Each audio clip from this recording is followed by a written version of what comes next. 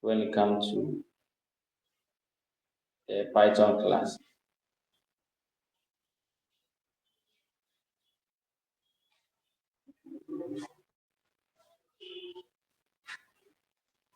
Yeah, Kwame, what what's your understanding now in terms of classes?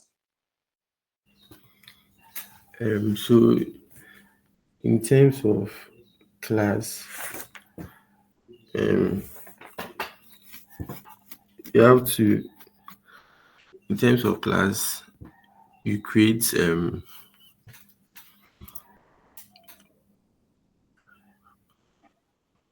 hello, please can you hear me? Yeah, yeah, I can hear you.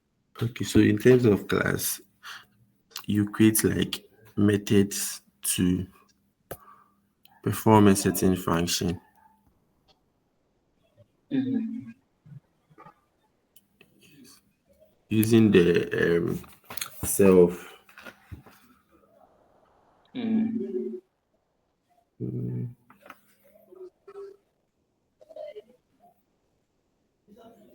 Yeah, okay. Okay, Nana, what can you also say in terms of Uh, classes? yeah, I okay. So class is basically I know that a class contains objects, attributes, and methods. The whole purpose of a class is to it contains a lot of functionalities to how should I put it? But yeah, see when you create a class, it contains a lot of functionality to perform different like types of get it Python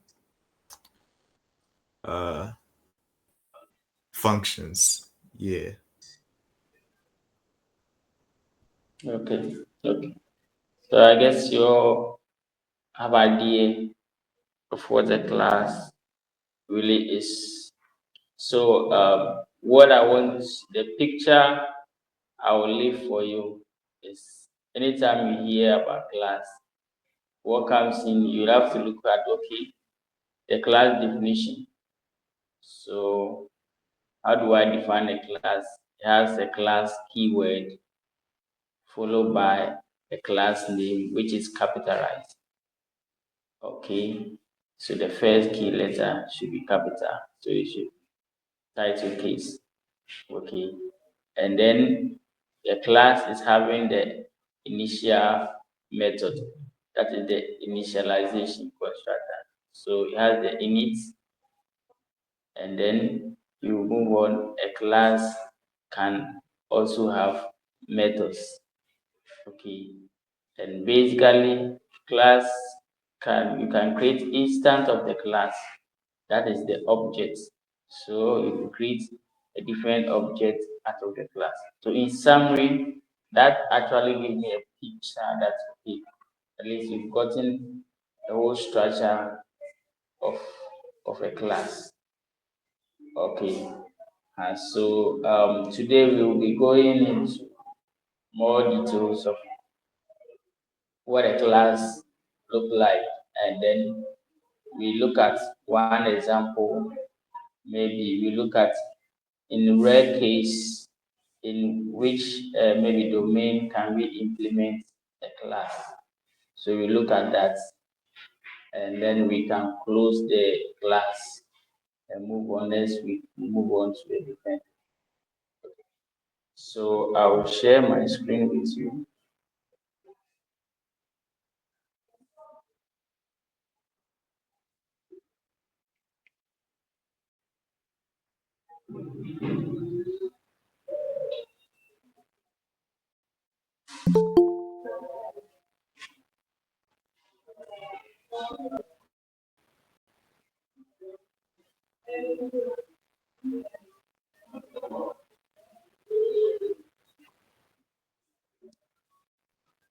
Okay. So please. Yes. Okay. Okay. So um, last time, our last, we got to gone through a class. Okay, so with the class definition, which I talked about various properties that you can get from a class. Okay. So as you can see here, we have a class, and then we have the init. Okay, so these are the properties that you can gain from the class. So if I look at a class structure, you see that it has the keyword class, then the class name, which is capitalized, okay, or title case. Okay, so you can see based on mine, it's a different word from class. So you can see my class. So mine start with capital, and then class start with capital. So that tells you what this one is. And when you have this, a class may have an object depending. Okay, so you can start with a class constructor. So now if you see something here, it is also a variable, but this is initial variable, which is a class variable, which is accessible by all the other methods within this. Okay, so we have this structure, which basically last time we went through all of them for you to actually know how you can work with a class. Okay, so you could take time and then go through this part. Okay, now the next point that we look at is here, which we also have this. Okay, so what is this also for? So you can see a class, that is the init function, that is what you look at, that is the initialization. Okay, so init function has start with underscore underscore, that is double underscore underscore underscore. Then all the class instances, like the different attributes which you want to initialize with the main class, will be in there, and it start with self. Okay, so it start with self. So this one, but there are other instances that we want to look at, maybe for other properties of a class, like the string method, delete method. Okay, so at what point do we have to use a string method, or maybe a delete method? For now, we know what we call the initial method. So if I want to distract something, that is where this one comes in. Delete, that is destroy or delete. Let's put it that way. Okay. So we'll be looking at these two instances. Okay, and go into it and look at how, at what point do we need to apply this kind of before. In it, we already know how to use it. So that is cool. But then let's look at this, the string, then maybe the distraction or the delete. Let's look at that. How do we apply this? So you could take your time and also go through this file that I've given you. So these are init, and then all these functions, and how to. There are other functions that you can also use, like add. We already know what add simply means, like subtraction. Maybe you want to subtract now, okay, division, and all and so forth. So this comes with the class. So when you check the class properties, you will see all those things, and then you will know how maybe if you want to use some of these things, you can use it. Okay. So I've already walked you through how to get more information about maybe a class and all those things. I believe these are not something that you cannot do. So you could do. When we were going through, you saw that some of them are having this kind of this. When you check some of them, you see that they have underscore, underscore, underscore. So today we will go into details and look at what point that a method or maybe a variables to have maybe underscore in front. So when you see some of them might not be new to you. Okay, so you know at what point do I need, and if I want to do something like that, what do I need to do? Okay, so when we go to our platform, what we are using here, I've just added the extra resources for you.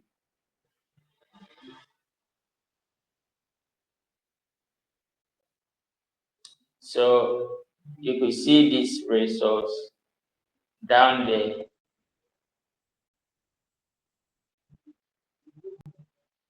We see the extra class info. So I just add this one. You can download it.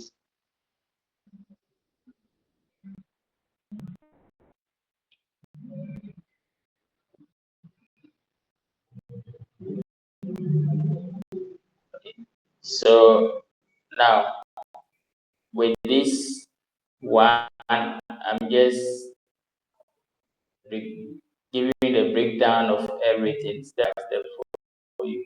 So a class structure is what we have to look at. So a class structure, you have your class definition, which will have the class keyword followed by the class name or any parent. If maybe you are inheriting from another class, then you can add the parent class in there.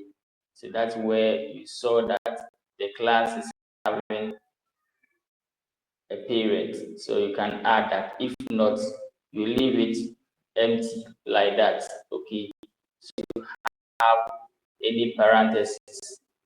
You only add parentheses when the class is inheriting from a parent class. Okay. So the init, what is the init for?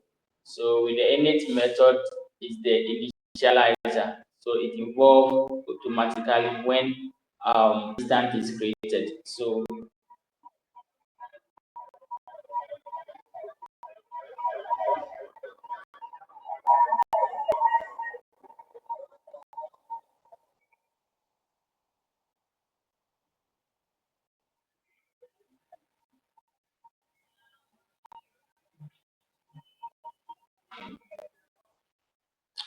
yeah, sorry.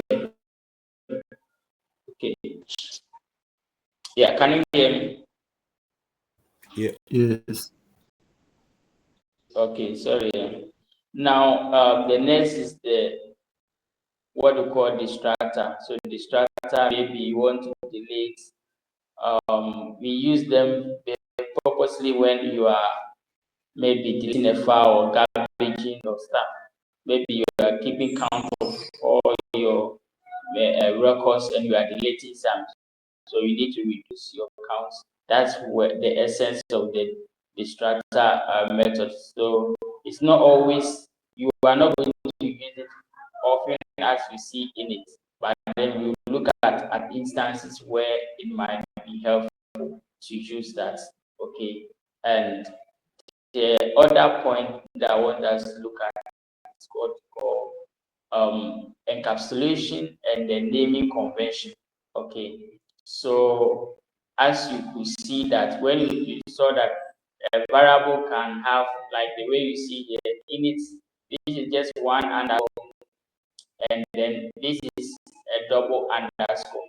So at what point do we have to put in a double underscore, and at what point do we need to put in a single underscore? Okay, so a single underscore variable suggests internal use. So if I'm using something internally, okay, so we use a single underscore. So if you declare a variable within, let's say, a method, and you want that variable to be accessed only in that method, you could have underscore. That tells us that this variable is just for internal use only. Okay. Now, when you have a trigger and name mangling to prevent accidental access. For instance, if maybe I want to access the same file, maybe this will be the same name or something, you could get an error somewhere and stuff. So to be able to be at the safer side, it's advisable to have the double underscore in front, just to prevent better access of that file. Okay, but in other program, you might see they normally talk about private data. So maybe when you want the data to be private, they can just look at that. But here we are not really talking about a private data. Okay, so we don't need to think about private data, but all that we want to look at about the data that you are having. So you think in terms of the data representation. Okay, so the level of privacy that you want to have, but not necessarily to make the data private, but just look at it being unique. Okay, so you bringing that one there just to give a kind signature to that particular variable that you've created. Okay, so here you could see that we are saying that what this does add a level of pseudo privacy. Okay, so it's not necessarily about making it private, but just that we want to just identify this data as a unique data. Okay, variable. So when you see this simply means that we are treating this. So in terms we are accessing, you don't have. When you see one, it means it's a variable just for internal use only. That is the difference. So let's look at classes and instant attributes. Now, for now, we've already gone through the attributes of a class. These are the properties of a class. These are something new to you. Okay, so you already know about that. Okay, so we can look at a class attributes like instant class in your, for example, we can look at that, and then we can also look at we creating a method where we were able to access those values in there. Okay, so for instance, if I have init method here, I've defined an init method, and then I want to access those information. Based on your init, you have all the attributes in there.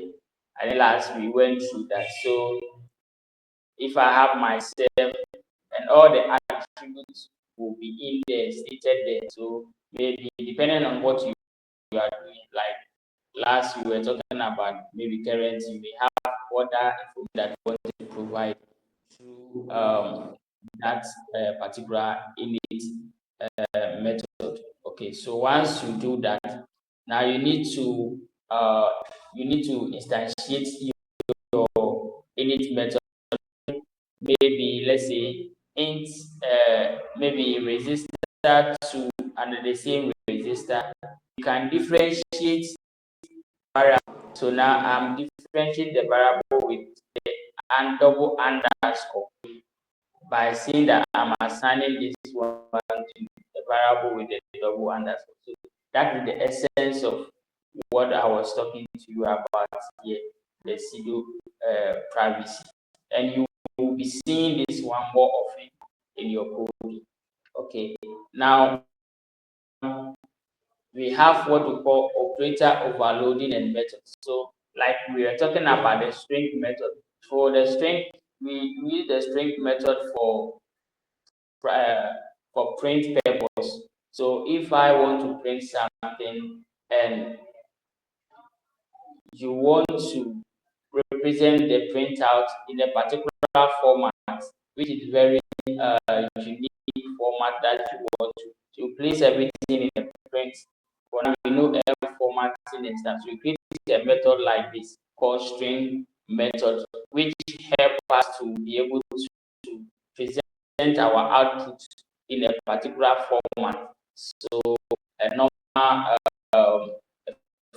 print, let's say method, you can create another method purposely for printing so that all your printouts will look unique, okay, stand out. So that is the purpose of having the string. So string is purposely for printouts, the output. So when you see this, so also it has the underscore underscore, like the way you have the underscore in it, underscore.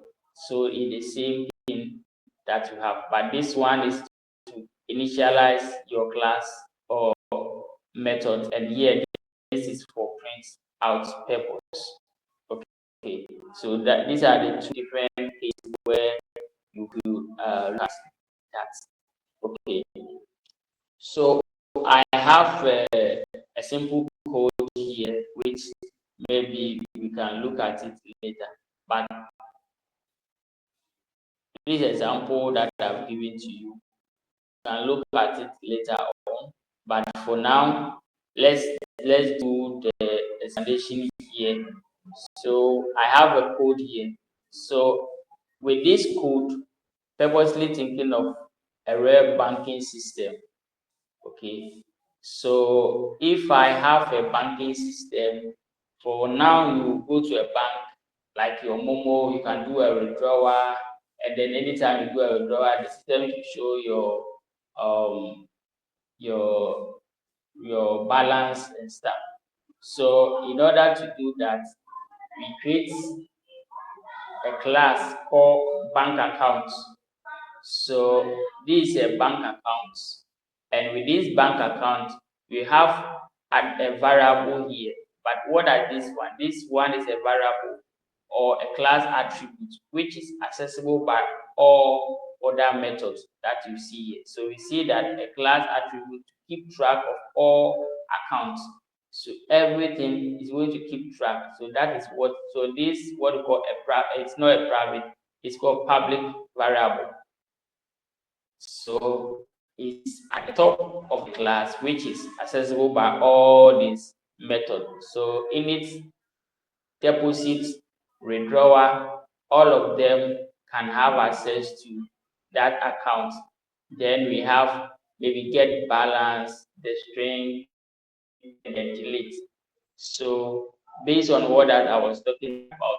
So let's go step by step. Now, for here, we are just creating that when you start your account balance is zero. So initial, when you go to a bank and open an account, your initial deposit, if you don't put in initial deposit, your account will be zero unless the bank make it initial deposit should be this amount. In that case, when you open, it will not be zero, it will be that initial deposit amount.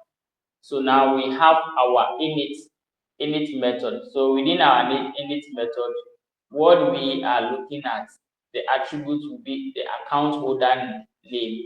Okay, so account holder. Then we look at initial balance. So in this case, our initial balance, we've already given the default value to our initial balance, and we are seeing our initial balance should be zero. So it means when you open your account, the initial balance will be zero. That's what we see there. Okay.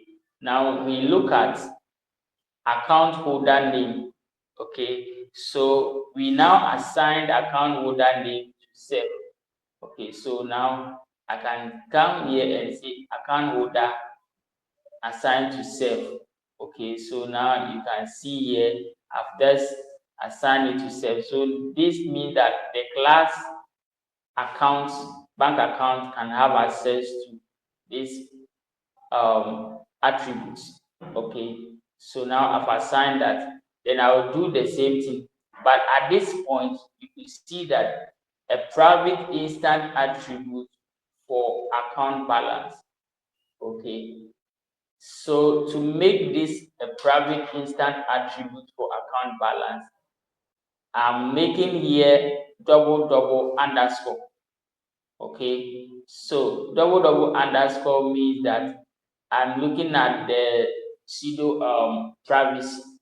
okay, of this balance, initial balance. So you can see the initial balance. I'm assigning it to a private what variable, which is this. Okay, so double underscore this. So I did not maintain the same account holder based on what I want. This balance should be unique. Okay, so I've provided my underscore and I've assigned the initial value to that. Okay, so with the next point, what I'm in to do here is very simple. So now you could see that increment the count of accounts. Now, when you want to create account, the system needs to recognize that you've created 3 accounts, 4 accounts, 5 accounts, 6 accounts, 7 accounts. So when you go that, they can check that, okay, total account created for today, maybe 20, or throughout the month, maybe take. So to do that, that's where we have account count. So this is just a counter that we created to keep counting the number of accounts that we create in the system. So to be able to do that, we are just adding one. So now here, to have access to this, we use the class name. So you can see here, because of course, if I create an object, I'll use object.class. In the same way, we can use the class name to call any properties of the class. So now I can see, I can't just say account. So to get access to this variable, you use this one. So you could see that account name, bank account dot account. So instead of here, I believe you already know why I just brought the plus here. Who can tell me from our previous, what other way can I write this line of code? Who can tell me? Account underscore count is equal to account underscore count plus one.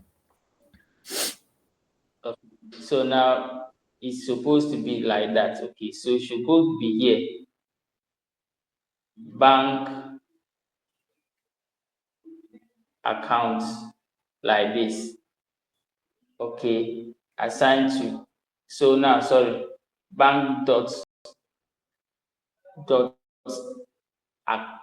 this account. So when I did it, realize that it just gave me access to that. So now you can see that I can access it. That what makes this one easy to use. So now I could see that bank account again dot the account, okay, plus one. But I said you always try to avoid repetition.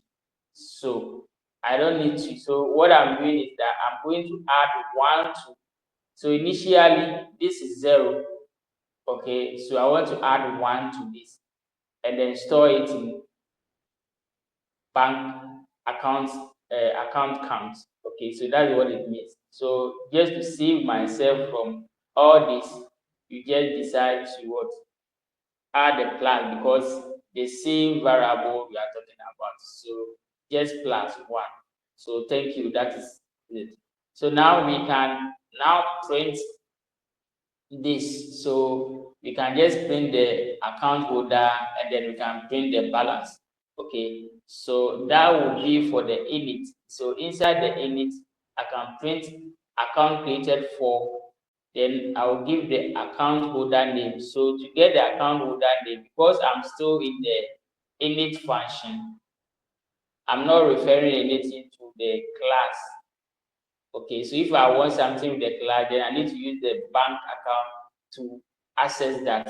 But I'm within the init. So to get some, to access that one, I use what, the self. So self dot account holder.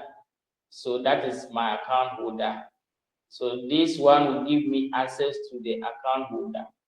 Okay, then we have here, that is self dot account holder. That's what we store this information. So self dot account holder here, this is what I'm referring to.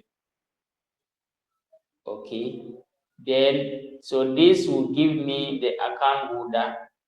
Then you come to with the balance. So you want to check the balance. That will also be save dot this one that result, because with initial value here has been assigned to this. So that is where what you see here. So that is what save dot balance. Okay, so in that case, I'm just using the F function, F formatting string function to print this for the formatting. Okay, so this set us with the initial value. Now we ask ourselves, what can we do with this?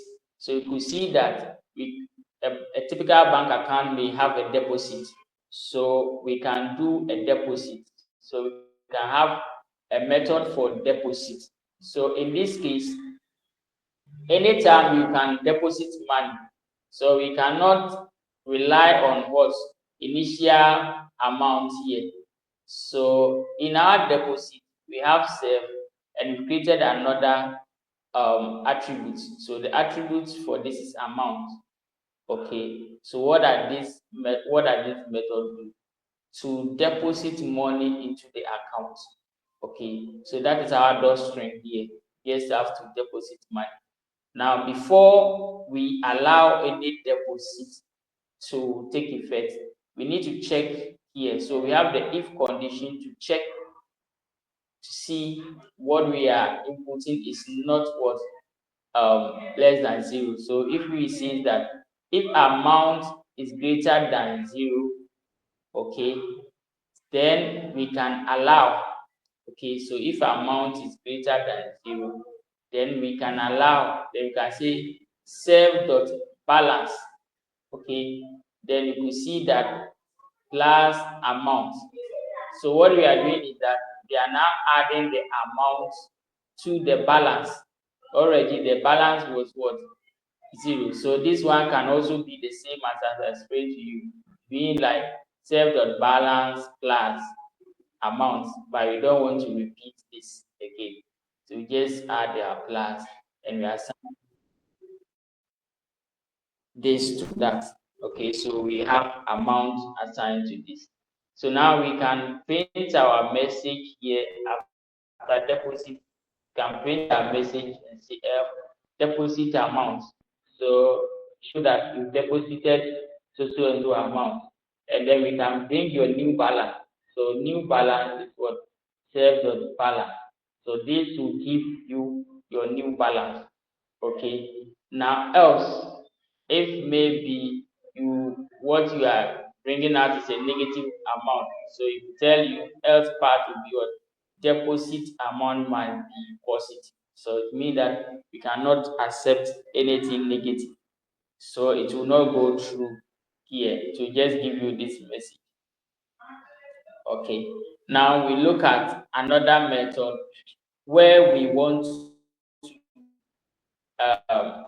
to withdraw. So if I want to withdraw an amount, so this one too also is going to have an attribute called amount. Okay, so now to withdraw is also to do the same thing. So first thing we have to check if amount that you want to withdraw, okay, is greater than, so if zero is greater than amount, then we check here if what amount is less or equal to the balance that you have in your account. Okay, then we can now allow for withdrawal. So we could see that save dot balance here will give us what amount. So now we can withdraw the amount that you want to withdraw from your balance. So that you also see that we have our negative value here. So you could do that. So once this takes effect, we can print a message that withdrawal amount will show. So you give your withdrawal amount, then we tell you your new balance. So your new balance will be save dot balance. So that will give us your new balance that you have. Okay, else maybe you don't have insufficient. Typically, when you want to use your maybe ATM machine, so you could get this message that insufficient fund or invalid amount. Okay, So in that will just printed out. If you don't meet the criteria set here, then it will throw this to you, insufficient amount or invalid amount. And then you know that typically bank, you could get your balance. So you can walk to the bank and you want to get your balance, or you can walk to ATM machine and you want to request for balance. So for balance here, adultery will be return the account balance. Okay, so to return the account balance here, we just use the return type. So return balance, because balance is already at the init state. So we can say self.return, which every method is having access to the init. That's why we define this. And we are working within this init. So every method is still using the init balance here to work with. So now you can see here we have this sorted out. Okay, so now we could return our balance to the one requesting it. Now here we want to present our information. So instead of maybe printing it and stuff, I want to use the string method here to present our balance. Okay, so we created a function here called underscore underscore str, that is string underscore self. So you can see that this one does not have any attributes. Okay, so what are we see that return? So we're just going to return, what are we returning? Self.account holder, that is the default that we provided here. Okay, so self.account holder, and then we look at self.account holder, then we come here, so that will give us the account holder name and then account balance. Okay, so that will be self.balance. Okay, so that will print this one out for us. Okay, so in a nice way, we get this information in a formatting way. Okay, and then if for instance we've deleted any accounts, so that is where we use the distractor here. So underscore underscore del underscore underscore del. So that is also the, so in that case, distractor typically is for the account, it's a counter. It's a counter. So you can see here, this is a counter. So as you are creating the account, the counter is working because you've already added it at the init side. So the moment you create a new account, counter keep on adding. So now we need to reduce the counter when we delete an account. Okay, so we have here by saying that -1, okay, to counter. So this decrement the count of accounts upon deletion. Okay, so now we can print a message and say account for account holder closing close, and the remaining account, then we can give the account that is empty. Okay, so that will be, so let's see. Now we've done this function here, we can call this. Okay, so to be able to call this, what we needed to do is to create our account. So you can create new account here and see. So this is what we call instance of a class. So we are creating an object of a class. So we have account one, account two. So it tells you that we are opening two accounts. Okay, so account one, account two. So that is an object we've created. And then account one is having Alice to be account holder and the initial amount. So this initial amount that we are going to provide is going to update, this one. this zero because we provided zero. So when we provide a new amount here, the initial amount that we are providing it will be this. Okay, so if you have this one, that is the initial amount that you created. So now in your constructor, since we can assign a new account to this, it's going to update the zero. That's what it means. So now we provided amount here, which is going to update that. And then we have the account two. So account Bob, and then we provided the 50. Okay. So that is the account creation. So we created an account. For instance, if we decided not to bring any amount here and we create an account and say Alice and Bob, in that case, it's going to pick what the default value as what zero and default value as zero. So the one will not even count. The amount here will not show to be zero zero. Okay, but you can what override the zero by providing any amount here, which is going to update that figure. Then we can also use our object that we've created here called account one, account two to do a deposit. So if I say account one dot deposit, so based on my account one, I can have access to deposit function. So now I can deposit 50. So 50 will be added to my new balance when I was creating my account. So making 150. And here account two will be added to your balance when you were creating your account with the initial amount you set up, which is making also 150. Okay, so now you can see that you have 150 and we can do a withdrawal. So withdrawal means that we want to withdraw an amount from our account. So if I'm going to do a withdrawal, I could see that account one dot withdraw. So now I have withdraw access to withdraw function and I could take amount, let's say 30 cedi from this, leaving me 120 from my balance.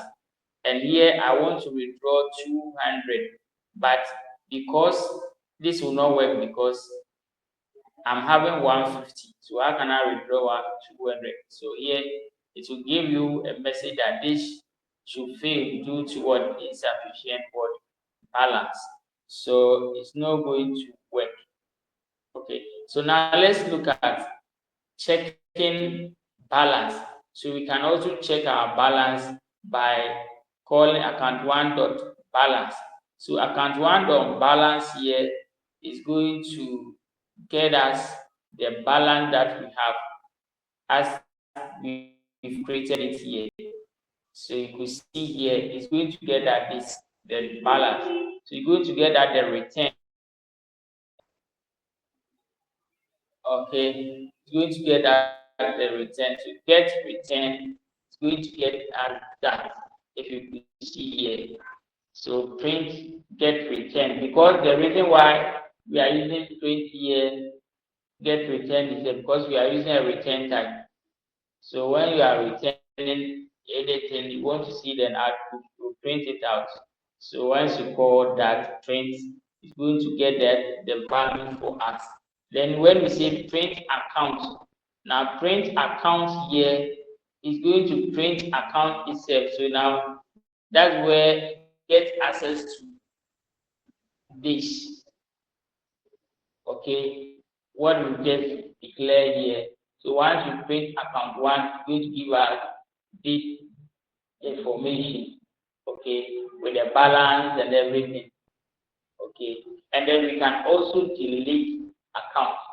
So when you delete account, this will decrease the account and print a message. So when I say delete account one, in that case, I'm deleting account one. So it's going to take the account one from the system.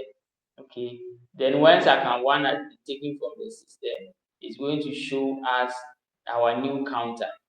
Okay. So let's look at this, the output here, what we just did. So you see that if once I run this code, you can see the account created for Alice with a balance of 100. Then we have account created for Bob with a balance of 50. Then I did a deposit. So deposited 50 new balance is 150. Deposited 100, new balance is 150. And withdraw 30, new balance is 120. And then here I had insufficient fund or invalid amount because I was trying to withdraw what 200. So this is what will come. And then when I say return, I say get amount. So get amount, get balance here. Just give me 120, just like that. So you could see that 120 just like that because I just use this. So you could see that you just return it just like that for me at this point. When I say get, so return balance. So this return balance, that's what it just returned for me. Okay, when I came here and see account of get balance, so it just gave me that. And the next one, print account. So print account is now giving me this. You can see here print account came here with, now you can see here Bob account balance, and then you can get 150. Okay, so in that case, it's not only giving us, but then it's giving us the name, which is Bob. So you can see Bob account balance is 50. Meaning why? We just formatted everything here nicely by using the string function. So string function here, self account name. So that will be Bob's. Okay. Then you have balance. Then we give you the balance. Okay, which is very nice. So you don't need to get the get. So remember that you use the string, make it easy. So if I print account 2, it's also going to give me that message. So you want information from account 2, going to give you that message. So that is the essence of using the string function. So if you want to use this string function, the moment to call or whatever that we set it to print from that account. So any information that you want to get from that particular account, you can get it from here. So when we say print account, so you print your object, and that is the information that will come. Okay, from information will come from your string function here, what we just did here. Okay, so that is the importance of this string function. Okay, it's just for formatting your output. Okay, and then we focus now on the delete aspect. So in the delete, you could see that we just say delete account 1. So now you could see here that account for Alice close and remaining account is 1. Okay, then if you do, you can see account for Bob close and remaining account is 0. So if you delete all, then all these accounts will be closed. Okay, I hope it's clear.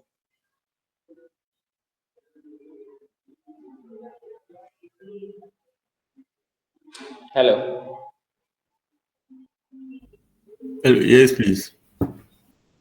So, last time we made the idea that you want to, maybe you want to use your lesson from electrical.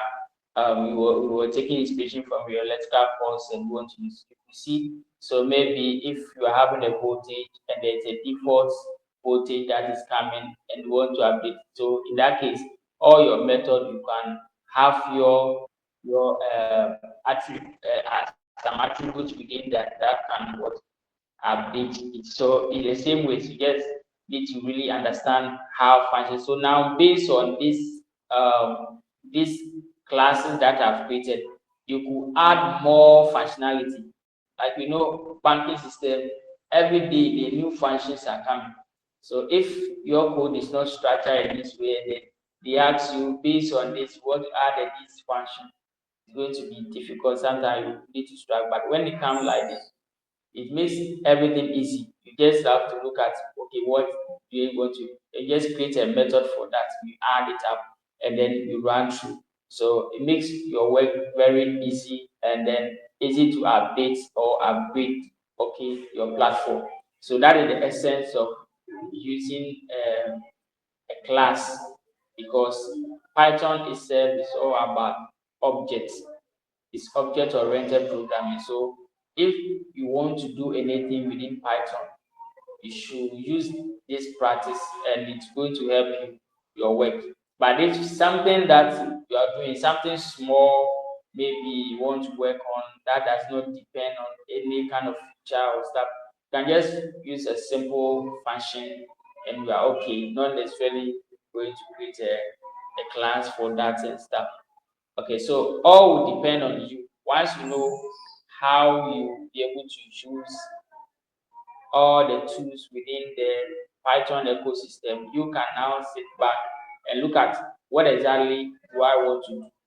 Okay, so the most important thing is you always try to plan before you code. Okay, because if you don't do that, you'll be stuck in the middle and maybe you struggle to think or see what do I need to do.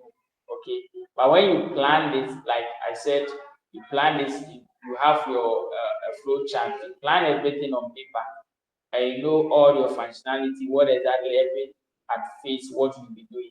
So now you can now put your system to check. Okay, that's why when you go to any software developing company, we have what we call timeline. So they'll give you what's the timeline. So you can tell that okay, phase one, you do A, B, C, D, because you plan everything. You can say phase one, this is what we do, and then within this time, you'll be able to complete phase one, and then we move on to phase two, and then it will take us maybe 1 week to complete that, and then phase three to take us this, because you've already planned everything. So when you start, you can just put all your skeleton down, like all your structure down, and then you start writing the code phase by phase. Okay,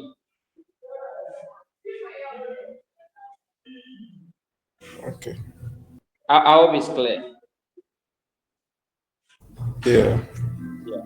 So this work, what I've given everything to you here, and I've done some explanation here for you. So you could see the delays just to close that deposit, then the withdrawal method to withdraw to handle account transaction with valid inputs. So that is where we use condition for valid inputs like non-negative deposit and then big balance for withdrawal. Okay, so that is the explanation, and creating account each time you create an essential account. The constructor initialize the account holder's name and the initial amount balance. Then we look at increment account counter. Okay, so that is what we added to that. Okay, so you see, try on them, try and whole idea, try your hands on some of them and see how this will go. Okay, I believe after this class, if you do this and you get the understanding of the class proper, you can look at maybe what exactly I want to do. Maybe within your course, what you are doing, you can picture anything in the form of objects, and then you can use what we just gone through to come out with something on your own. Okay, the best way to learn is practice. Okay, uh-huh. So once you get the idea, I want you to practice it by coming out with something new, not necessarily what I've given you, but you can sit up and look at something new that's exactly you want to do. Because I believe all of you are opting for this course because you already know exactly what you want to use it for. So I will entreat you to start practicing them. what exactly you want to use. Maybe it could be your final year project. You want just come up with something. You can start prepping it or working it out. So by the time you get there, you can really come out with a very good system that can either even money in the near future if you're able to polish it and put it well. So let's think about idea and then try to come out with something. All of you, now that you've gotten this class, aside the work that I will give you, try and come out something on your own. Okay, I really want you to do that. Okay, so now I will leave you with this work. Okay, I've already explained everything to you here, so I don't need to explain anything. Now, the only thing that you can see here that I did not explain. Now you can see here. Let me take the opportunity to do that. You can see here. You can see there's what we call